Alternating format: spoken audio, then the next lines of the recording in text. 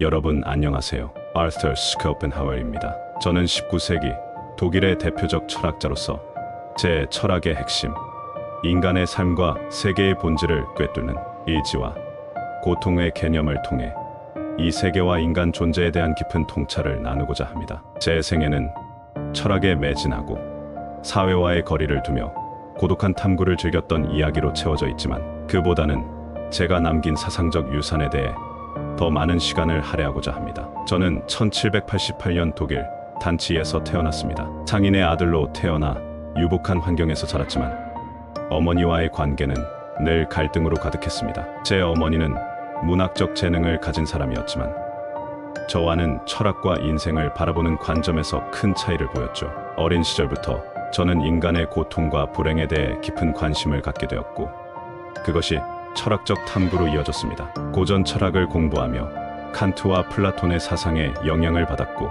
동시대 철학자 헤겔이 학문적 세계에서 큰 명성을 얻는 동안 저는 그의 체계적이고 낙관적인 관점을 비판하며 나만의 독자적인 철학을 구축했습니다. 제 사상은 주류 철학에서 벗어나 있었지만 시간이 지나면서 많은 철학자와 문학가들에게 큰 영향을 미쳤습니다.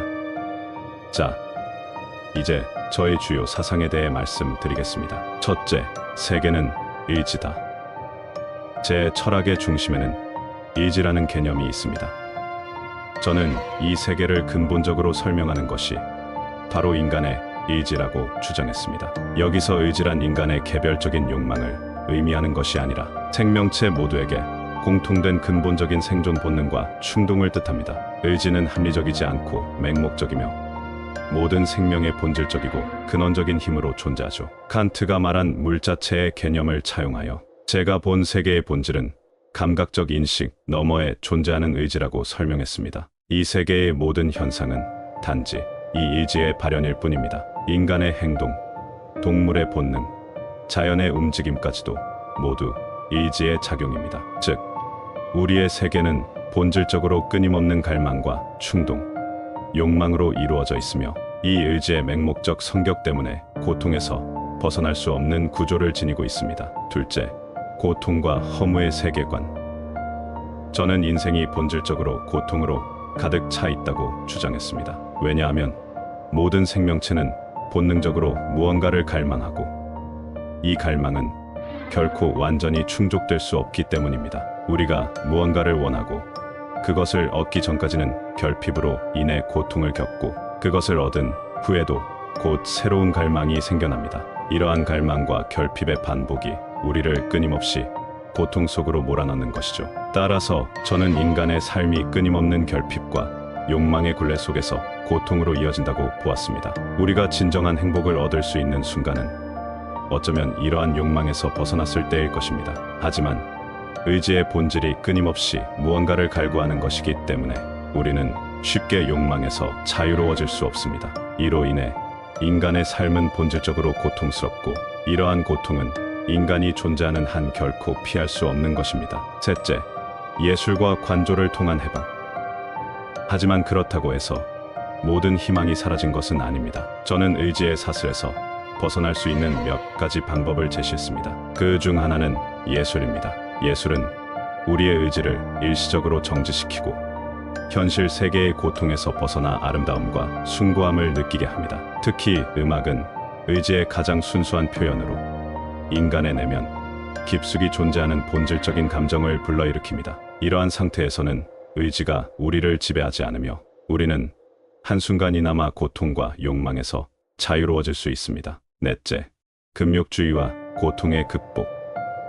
또 다른 해방의 방법은 금욕주의입니다. 저는 인류가 의지의 욕망을 부정하고 이를 극복하기 위해 금욕적인 삶을 살아야 한다고 주장했습니다. 금욕은 욕망과 충동을 억제하고 그로 인해 발생하는 고통을 줄이는 방법입니다. 불교의 가르침과도 일맥상통하는 이 사상은 우리가 고통의 원천인 욕망에서 벗어날 수 있다면 진정한 평화를 얻을 수 있다는 것입니다. 금욕주의적 삶은 단지 물질적 욕망을 억제하는 것만이 아닙니다. 타인에 대한 연민과 사랑, 즉 타인의 고통을 공감하고 그들의 행복을 위해 노력하는 것 역시 의지의 억제이자 긍정적인 해방의 한 형태입니다. 이렇게 살아가는 사람은 더 이상 맹목적인 의지의 포로가 아니라 진정한 자유를 향해 나아가는 존재입니다. 다섯째, 죽음과 삶의 반복. 저는 또한 인류가 두려워하는 죽음에 대해 이야기했습니다. 죽음은 단지 육체적인 종말일 뿐이며 우리의 본질적인 의지는 죽음을 통해 소멸되지 않는다고 보았습니다. 개체로서의 삶은 사라지지만 의지 자체는 계속해서 존재하며 새로운 생명체를 통해 다시금 발현됩니다. 이런 의미에서 삶과 죽음은 순환의 한 부분일 뿐이며 우리는 이를 받아들여야 합니다. 삶은 끝없는 의지의 반복이고 개별적 존재로서의 우리는 그저 한순간에 불과합니다. 이 반복적이고 허망한 삶에서 벗어나기 위해서는 욕망을 버리고 존재의 고통을 초월하려는 노력이 필요합니다. 저는 이를 통해 개인이 참된 평온을 얻을 수 있다고 믿었습니다. 여섯째, 현대 사회에 대한 비판.